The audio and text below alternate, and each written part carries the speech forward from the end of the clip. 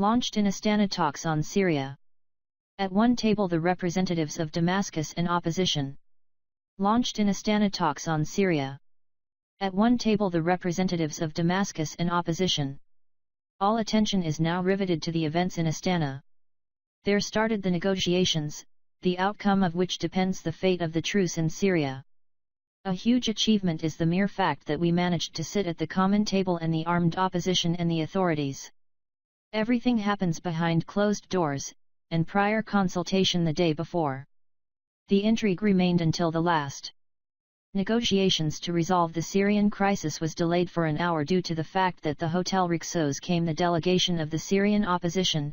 They spent the last consultation in a narrow range in your hotel. What was discussed is unknown. On the technical broadcast from the courtroom Rixos it is evident that all the participants have gathered, and the chairs of the opponents of official Damascus remained empty. But in the end, a historical event took place. For the first time, the Syrian crisis at the same table sat representatives of the official Damascus and the opposition. At the talks in Geneva, which was not successful, the parties to the conflict do not communicate directly but through an intermediary. And a very important thing, seating. The day before during preliminary consultations of representatives of countries guarantors of the truce and the initiators of the Astana talks, Russia, Turkey and Iran for very long, as we said a source close to the negotiations, discussed the question of seating someone next to us sitting at a round table. In the result, the Russian delegation led by Special Representative of the President of Syria, Alexander Lavrentiev, sits in the center, to the left is the receiving party, hereinafter, the representatives of Iran, the delegation from the Syrian government, in front of them, the opposition with a delegation from Turkey at the right hand. Between the opposition and official Damascus to the UN Special Envoy on Syria, Staffan de Mistura and Ambassador to Kazakhstan, George Kral in the capacity of observer. Note, groups that are directly involved in the fighting, that is not just political opposition, and the military, attend talks on the Syrian crisis for the first time. Only about 15 groups, including Falak al-Sham Brigade, the Sultan Murad, Jaish al-Islam. The first took the floor the Minister of Foreign Affairs of Kazakhstan Kairay Abdrakhmanov. We are ready to provide any support and assistance to the negotiating parties, the United Nations and representatives of the Syrian government and the armed opposition. We appreciate and thank them for the efforts that they put towards these negotiations. Now depends on each of us, over whether the negotiations are a real breakthrough, which the Syrian people without a doubt deserve, he said. Then the meeting continued behind closed doors, without cameras. About the expectations of the Syrian opposition from these negotiations in an exclusive interview said the representative of the delegation. I believe that the whole world must come to the aid of Syria. If Russia succeeds in these negotiations, if we can enlist the support of the international community in the drafting of resolutions and other documents that Syria might have a chance to return to peaceful life, said the official representative of the Syrian opposition delegation at the talks in Astana Yahya al-Aridi. One of the main objectives of the negotiations is to strengthen the ceasefire regime and to lay the groundwork for the resumption of the political dialogue on the future structure of Syria.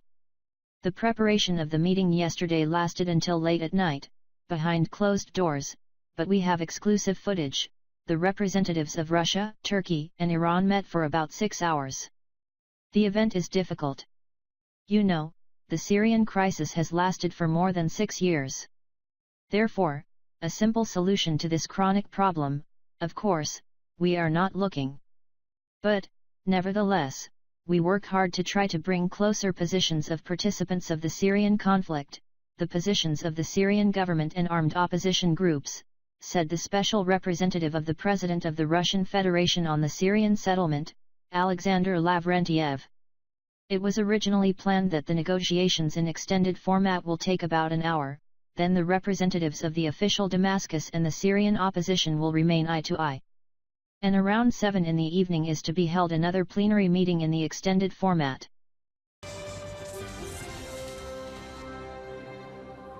The new U.S. president commented on the situation in protest against his inauguration. In the personal microblog of the President of the United States wrote that recognizes the right of people to express their opinions, however, expressed surprise at the held mass rallies and the involvement and participation of celebrities. But in his team comments about the meetings and lighting the inauguration ceremony of the president in the position of the media was much tougher. According to the advisor to Trump Kellyanne Conway, the demonstrators would be better to help the Americans, which the previous administration left in poverty and without medical care. And the head of the White House lashed out at journalists. They said Raines Priebus, the broadcast of Fox News, deliberately spread false information, trying to deny the president's legitimacy.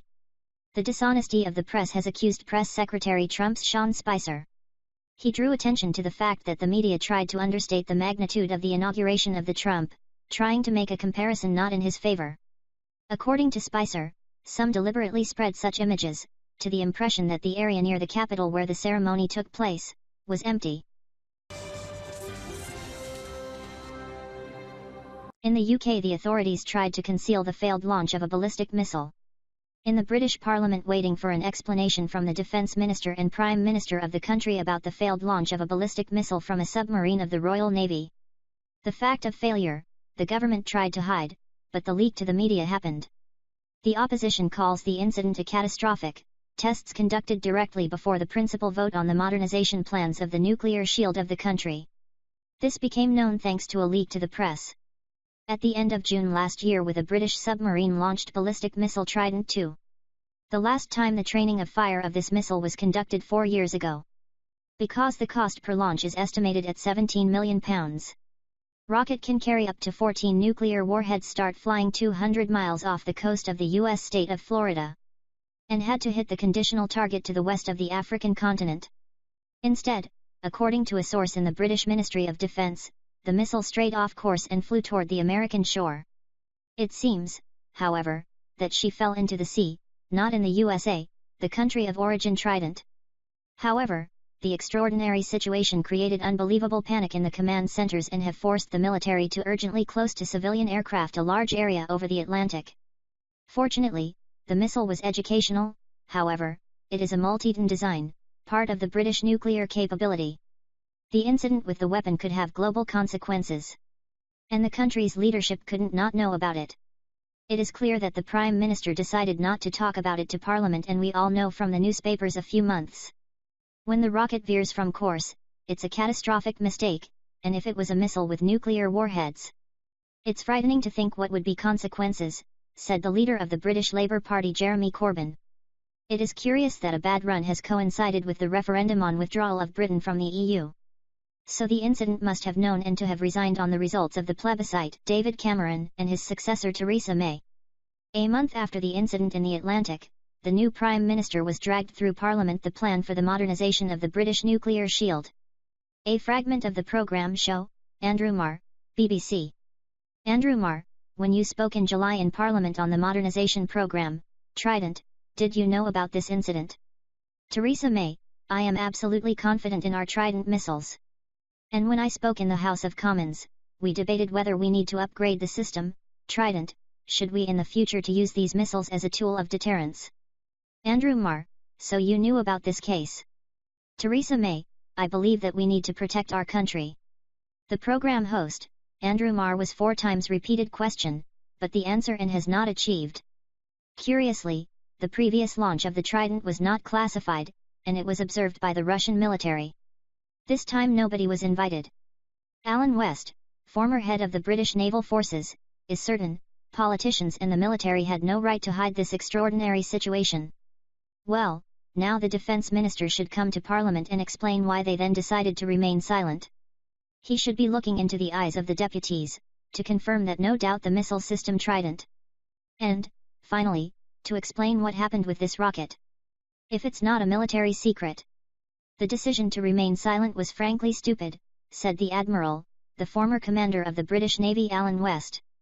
The parliamentarians expect that the Defence Minister will attend to them today. But Rapp will, in the first place, the Prime Minister. If she knew about the incident with the rocket, then she lied to Parliament, persuading MPs to vote for the programme of modernisation of nuclear submarines. The cost of this programme is estimated at £40 billion. One of the main arguments may have been that Trident is a modern and reliable missiles. If the deputies knew the truth, the outcome of the vote could be different. In France, in the second round of preliminary voting for candidates from the ruling Socialist Party came two candidates, former Minister of Education Benoît Hamon and ex-Prime Minister Manuel Valls. One of them will represent the Socialists in presidential elections, which will be held in the spring. The primaries of the Socialists pass without any involvement of the current President François Hollande. So, on Sunday, the head of state was not able to vote for one of the participants of the election race, because he went on a visit to Chile. And last week, Hollande did not even bother to watch the decisive round of debates. Instead, the French president chose to go to the theater. Apparently, the thing is that, according to experts, the probability of winning in this election the candidate of the Socialists is small. Favorite called Republican François Fillon. A group in which there were only 12 inhabitants of the Arkhangelsk region, in the sanatorium and went to the mountain on snowmobiles without notifying the MO. After it became known that in the Lake Vujayavor covered by an avalanche, was launched search and rescue operation. It was attended by the surviving tourists. The investigative committee opened a criminal case under article causing death on imprudence, and the prosecutor's office checks held obligatory informing tourists about avalanche danger.